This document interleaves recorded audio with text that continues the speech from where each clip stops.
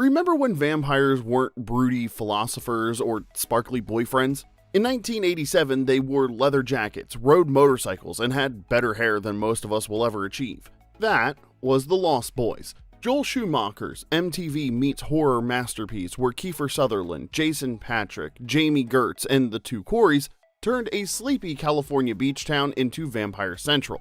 It was rock music, comic book aesthetics, and just enough gore to make your parents nervous, all wrapped up in what might be the most rewatchable vampire movie ever made. But behind the glitter blood, there's a whole lot of weird hiding in the fog. So grab your holy water because we're diving into 15 weird facts you didn't know about The Lost Boys. Oh, and stick around for number 1, because this movie's influence goes way beyond the 80s. It created a blueprint that's still being copied today. However, before we begin, go ahead and hype this video, subscribe if you haven't already, and remember, sleep all day, party all night, and never trust a video store owner with a perfect haircut. Now, let's get into the countdown with number 15. It started as The Goonies with Fangs. Before The Lost Boys became the sexiest vampire movie of the 80s, it started out as something you'd catch on Saturday morning TV, right between cartoons and a very special episode about saying no to drugs. Screenwriters Janice Fisher and James Jeremias originally pitched it as The Goonies except with vampires. The heroes weren't brooding teens in leather jackets, they were originally 12-year-olds on bikes. And the Frog Brothers? Those grizzled Rambo wannabe vampire hunters, in the first draft, they were pudgy Cub Scouts, complete with merit badges. Possibly a juice box or two. Definitely no crossbows though. Even the vampire gang wasn't written as terrifying undead predators. They were more like the older kids who'd short sheet your sleeping bag at summer camp. Everything changed when Joel Schumacher signed on. He looked at the Vampire Goonies script and basically said, "That's adorable, but what if we made it hot?" The kids aged up into MTV-ready teens, the Cub Scouts traded their merit badges for bandanas and one-liners, and just like that, The Lost Boys became the leather-jacketed cult classic we know today. Number 14. Corey Feldman and Jamison Newlander got Rambo as homework. When Corey Feldman and Jamison Newlander landed the roles of Edgar and Allan Frog, Joel Schumacher didn't hand them a script breakdown or ask them to dig deep into their character's motivation. No, he gave them homework. Go rent every single Sylvester Stallone and Chuck Norris movie you can find. Watch them back to back and become that. Rambo, First Blood, Missing in Action. Just mash all those one-man army archetypes together into paranoid teenage comic book clerks who'd seen things, man. And because this was the 80s, Feldman had to dutifully rewind every single tape before returning it, because Be Kind Rewind wasn't a suggestion, it was the law. So that's exactly what he did. Edgar and Allan Frog became teenage kids who deliver every line like they've survived 3 tours in Nam, when really, their biggest battle is restocking back issues and arguing with customers about whether Superman could beat Batman. It's completely absurd. It's also completely perfect. Edgar became one of the film's most quotable characters, balancing campy over-seriousness with genuine charm. Edgar and Allan Frog are also the only characters in cinema history who treat vampire hunting like a military operation, and they probably have flashbacks to battles they've only seen on VHS. Only in the 80s could a director tell teenage actors to study Rambo for a vampire comedy and somehow make it work. Number 13, Santa Carla was really the murder capital of the world.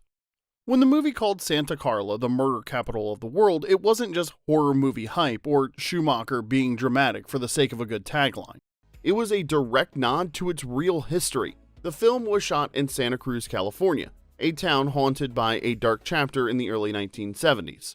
Get this, 3 separate serial killers operated there within just a few years. 3! And the city earned a grim reputation that stuck around for decades. Locals weren't exactly thrilled when Schumacher dredged up that particular piece of history for his campy vampire movie, but it gave the story an unsettling layer of authenticity, knowing that vampires weren't the only monsters who ever called this place home. Here's the thing though, Santa Cruz eventually embraced its Lost Boys legacy. Even today, the Santa Cruz Beach Boardwalk screens The Lost Boys every summer as part of its free movie series, letting fans watch it right where it was filmed, under the same sky, on the same beach, with the same carnival lights flickering in the background. Some of the filming locations have changed over the years, but for fans, Santa Cruz will always be Santa Carla, the place where true crime history and horror cinema collided, and somehow both felt right at home. Number 12, Star was originally written as a boy. Star, the tragic, ethereal half-vampire caught between two worlds, almost didn't exist. In the earliest script drafts, the character wasn't a mysterious woman at all. Star was written as a teenage boy designed as bait to lure Michael into David's gang. When Schumacher took over, he aged up the cast, added a romantic subplot, and gender-swapped the character entirely. Entered Jami Gertz, though Schumacher initially didn't want her. He envisioned Star as a waifish blonde, someone like Meg Ryan. But Jason Patric had just worked with Gertz on Solar Babies and insisted Schumacher consider her. He kept pushing, and eventually Schumacher relented and realized Patric was right. Gertz brought something unexpected to Star. Vulnerability wrapped in toughness. She wasn't just vampire bait. She was trapped, desperate, and trying to hold on to her humanity while protecting Laddie. Star became the emotional anchor of the film, the one character caught between two worlds who genuinely wanted out. Her chemistry with Patric sold Michael's transformation. Her defiance against David gave the story stakes, and her final stand alongside the Frog Brothers made her one of the film's most complicated characters. Reluctant monster, protective sister figure, and unlikely hero all at once. As for Jami Gertz today, she and her husband Tony Ressler are co-owners of the NBA's Atlanta Hawks, part of a power couple worth over $8 billion. Not bad for someone who once rode on the back of a vampire's motorcycle looking tragic and beautiful in equal measure. Star may have been trapped in a nightmare, but Jami Gertz built an empire. Number 11. Ace Ventura was almost David, and Zoolander was nearly a frog brother. Hollywood what-ifs are always really fun, but the Lost Boys had some casting near-misses that would have changed everything.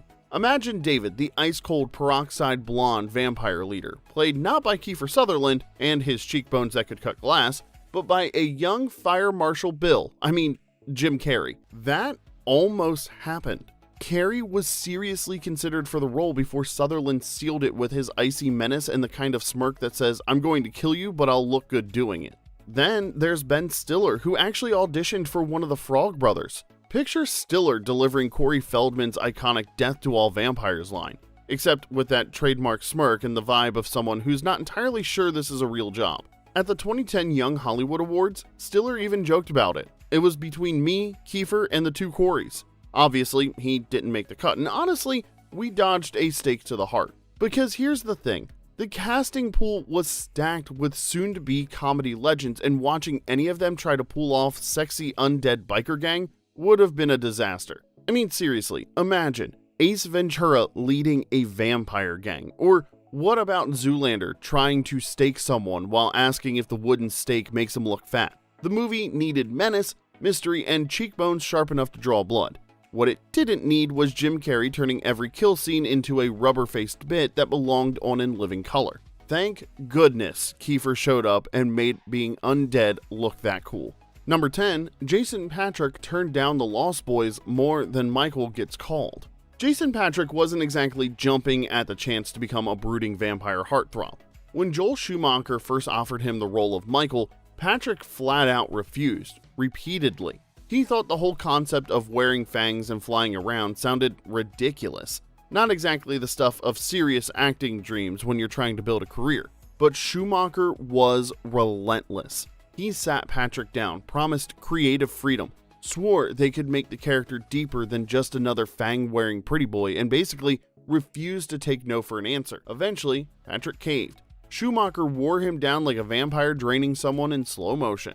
And here's the cosmic irony. Michael's name gets yelled so many times in this movie that it became a drinking game. Not once, not twice, but 114 times someone yells Michael when he's in danger, when he's missing, when he's turning into a vampire, when he's standing right there, and when they just want to make sure he's paying attention. So Patric said no to this role over and over again, only to spend the entire shoot hearing his character's name shrieked in varying degrees of panic, horror, and desperate confusion for 90 straight minutes. If you've ever done the Michael drinking game during a rewatch, and if you made it past the halfway mark, congratulations on your liver. Spare thought for Jason Patric though. The guy who didn't want this role spent every day on set being reminded exactly which role he'd reluctantly agreed to. That's not acting, that's endurance training. Number 9, the Frog Brothers are named after Edgar Allan Poe. Now, you probably didn't catch it the first time around, but Edgar and Allan Frog weren't just random names pulled out of a writer's notebook. They are a full-on tribute to Gothic literature legend Edgar Allan Poe. You know, the guy who wrote melancholy poems about ravens and madness. Not exactly the first person you'd associate with teenage vampire hunters modeled after Rambo and Chuck Norris. Suddenly, that gravelly death to all vampires line feels a little more literary, a little more intentional. Screenwriters Janice Fisher and James Jeremias snuck the reference in as a wink to horror nerds everywhere, making the Frog Brothers unlikely descendants of Poe's grim Gothic world. Edgar and Alan Frog are proof that the 80s could take a 19th century poet who wrote about death and despair and turn him into a teenage Rambo cosplayer with a crossbow, and somehow make it iconic. Honestly, Poe would be thrilled, or deeply confused. Maybe both. Alright, quick poll time. When was the last time you watched The Lost Boys? And was it as good as you remember? Drop your pick in the comment section. And hey, if you're digging this deep dive into Santa Carla's bloodiest secrets, smash that like button and subscribe. Now let's get back to the boardwalk. Number 8, Kiefer's iconic tear was actually just pain. Sometimes movie magic comes down to two things: happy accidents and human suffering. In the scene where sunlight burns David's hand, a single tear rolls down Kiefer Sutherland's cheek. It looks like brilliant dramatic acting. David, the cold-blooded vampire leader, showing a rare moment of vulnerability. Nope, that was just Sutherland in agony. Those thick glass contact lenses the vampires had to wear were so irritating they made his eyes water constantly. Schumacher saw the tears on camera, loved how it looked, and kept it in the film. Instant pathos, courtesy of ocular torture. But wait, there's more, because of course there is. Sutherland had also broken his wrist doing motorcycle wheelies before filming started, so throughout the entire movie, he's hiding a cast under those sleek black leather gloves that became part of David's signature look. The production team even had to rig his vampire bike so he could operate it one-handed, because there's no way he was backing out of those motorcycle shots. This is the 1980s. You show up injured, you work around it, and you look cool doing it. Talk about method acting. All you need is broken bones and contact lenses from hell. Number 7, Rob Lowe's poster and the birth of Sexy Saxman. Joel Schumacher had a very specific aesthetic for this movie. Half horror, half music video, and always a little camp. Case in point, Sam's bedroom door. There's a random poster of Rob Lowe ripped straight from St. Elmo's Fire, another Schumacher joint, because nothing says vampire movie like a Brat Pack heartthrob staring at you while you sleep. Right beside it hangs a 16 Candles poster, a sly nod to Jami Gertz, who played Star. But if you want to see Schumacher's vision fully realized, look no further than the beach concert scene. You know the one, the moment that launched 1,000 memes and made an entire generation realize that sexy could involve significantly more baby oil than previously thought. That shirtless, chain-dripped sax man? That's Tim Cappello, a real touring musician who'd spent years playing with Tina Turner. Schumacher cast him after he missed out on a role in Beverly Hills Cop 2, and his 2-minute cameo ended up defining his entire career. Oiled up muscles, leather pants, a wailing saxophone solo that seems to go on forever. Immortal terror never looked so sweaty. Between Rob Lowe's brooding stare and Cappello's glistening saxophone serenade, Schumacher turned The Lost Boys into the only vampire flick that doubles as a glam rock fever. Wait, no, scratch that. The only vampire flick that feels like late night cable in 1987 came to life and decided to hunt you for sport. Tim Cappello became a meme before memes existed, and honestly, the man earned it. Number 6, the blood was glittery and dinner became a horror icon. Before Twilight made vampires sparkle in sunlight, The Lost Boys literally had glitter in its gore. Joel Schumacher wanted the blood to shimmer under the light, so the effects crew mixed actual glitter into the fake blood. The result? Gruesome and glam at the same time. Decades ahead of sparkly vampire trends and way more metal about it. Vampires in Twilight sparkle because they're beautiful.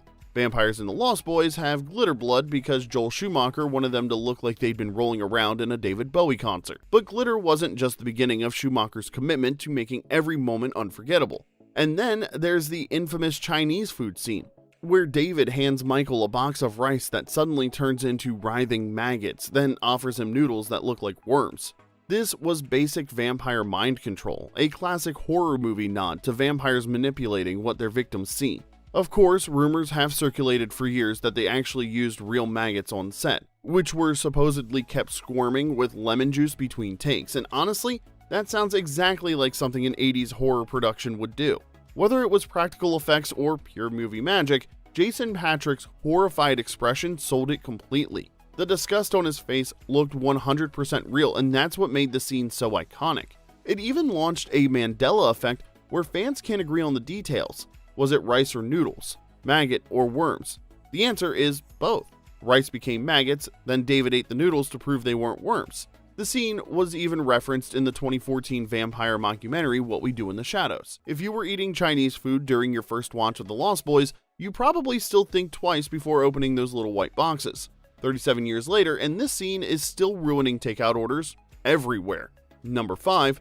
Corey Feldman got fired, then saved Edgar Frog. Corey Feldman's life during The Lost Boys was already chaos. At just 16, he was battling serious addiction, and one day he showed up on set high and promptly fell asleep. Director Joel Schumacher, who was famously sober himself and had zero tolerance for on-set drug use, fired him on the spot. No warnings, no second chances. Just go home, you're done.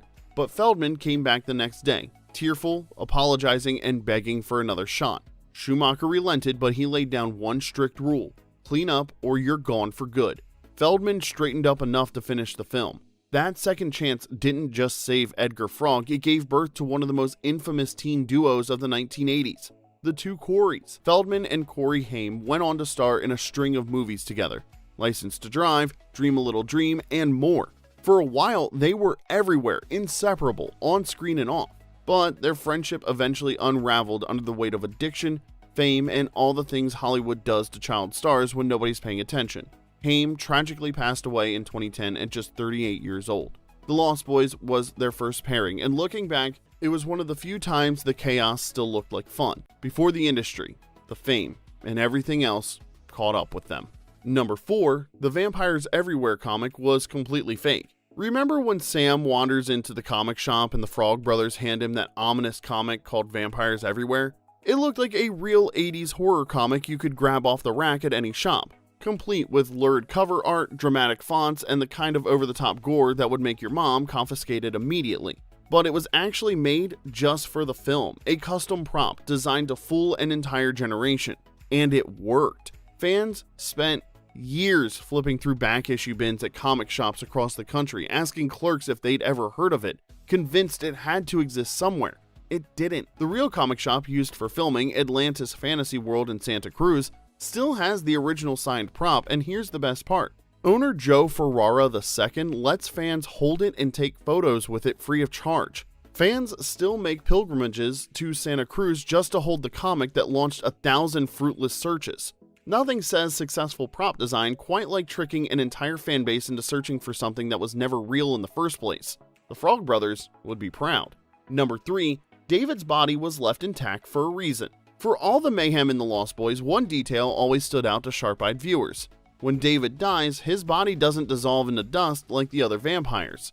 It just stays there, impaled, very dead, but still very much intact. That wasn't a mistake, and it wasn't a continuity error or a special effects failure. It was 100% deliberate. Joel Schumacher left the door wide open for David to come back in a sequel. The plan, a follow-up film called The Lost Girls, where Kiefer Sutherland's character would rise again and lead a new undead gang, this time with a female twist. It sounded great on paper. It had built-in fan interest, it had Kiefer Sutherland willing to return, it had everything a sequel needs. Except, studio backing, funding, a script that ever got greenlit. The idea got shelved along with countless other 80s sequel pitches that lived in development hell right next to Goonies 2, Beetlejuice 2, which actually happened 36 years later, and whatever studio executive thought Jaws the Revenge was a good idea. But the concept lived on. In later Lost Boys comic books, writers picked up the thread and imagined David's return, making him a recurring figure in the expanded lore. Because if Hollywood won't give fans what they want, comic book writers will. David stayed frozen in time, his body left behind as a reminder of the sequel that never came. It's the most 80s ending possible, leaving the door open for a follow-up, then slamming that door shut and losing the key somewhere in a studio lot. Number 2, the ending almost revealed Max's dark secret on paper. Everyone remembers Grandpa's final zinger. It's one of the best closing lines in horror history. Perfect delivery, perfect timing, perfect way to end a movie that never took itself too seriously. But that wasn't always where the script ended. The original screenplay included a post-credit sequence that would have changed everything. After Grandpa's line, the camera would return to the abandoned vampire cave, slowly panning across the walls to reveal a faded mural of the Santa Cruz boardwalk from the early 1900s. The shot would zoom in on a smiling man in a straw hat, standing among old-timey carnival goers. It's Max, looking exactly the same as he did in the 1980s. The implication: Max had been recruiting Lost Boys for nearly a century. The vampires we saw were just his latest batch. The cycle would never end. But here's the thing, the scene never made it past the script. When Warner Brothers cut the film's budget by 35%, the mural was one of the casualties. Production designer Bo Welch confirmed it never got beyond the discussion stage, and the mural was never even painted, let alone filmed. Schumacher realized Grandpa's punchline was the perfect ending, and honestly, he was right. That alternate ending would have been dark and existential, but sometimes the best joke is knowing when to stop. The scene lives on only in the script and in a 2017 illustrated interpretation by artist Gary Smart. Maybe it's better this way. We got the laugh instead of the nightmare. Number 1. It created the blueprint for Buffy the Vampire Slayer. Do you want to know why every teen vampire show for the next 20 years looked basically the same? Why vampires suddenly had tragic backstories, leather jackets, and a thing for high schoolers? Thank the Lost Boys for that. Joss Whedon, creator of Buffy the Vampire Slayer, openly credits Schumacher's film as a direct inspiration. Vampires flipping between human faces and monstrous fangs, straight from the Lost Boys. The blend of horror, comedy, and teen angst? Same source. Even the core concept, vampires as seductive outsiders who offer power, freedom, and eternal youth to kids trapped in boring suburban lives, came right from Santa Carla's undead biker gang. Buffy took that formula, added a Sunnydale zip code and a chosen one with better one-liners, and ran with it for 7 seasons. And from Buffy came the entire modern vampire industrial complex. Angel, True Blood, The Vampire Diaries, Twilight, and every brooding bloodsucker with perfect hair who followed. The film's tagline, sleep all day, party all night, never grow old, never die, it's fun to be a vampire, became one of the most quoted lines of the 80s, referenced everywhere from Supernatural to late night TV to t-shirts your friend definitely owned in high school. Without the Lost Boys, the entire teen vampire genre as we know it might not exist. No tortured vampire wrestling with their humanity, no supernatural love triangles, no vampire shows that made being undead look like the coolest career path available. Sleep all day, party all night. Influence an entire generation of supernatural TV. Not bad for a movie that started as Goonies with Fangs. And there you have it. 15 weird facts about the Lost Boys you probably didn't know. Which one surprised you the most? Drop it in the comments section below. And if you've never tried the Michael drinking game, maybe don't. 114 times is a lot. Hit that like button, subscribe if you haven't already, and we'll see you next time with more nostalgic deep dives. And until next time, this is Remember When.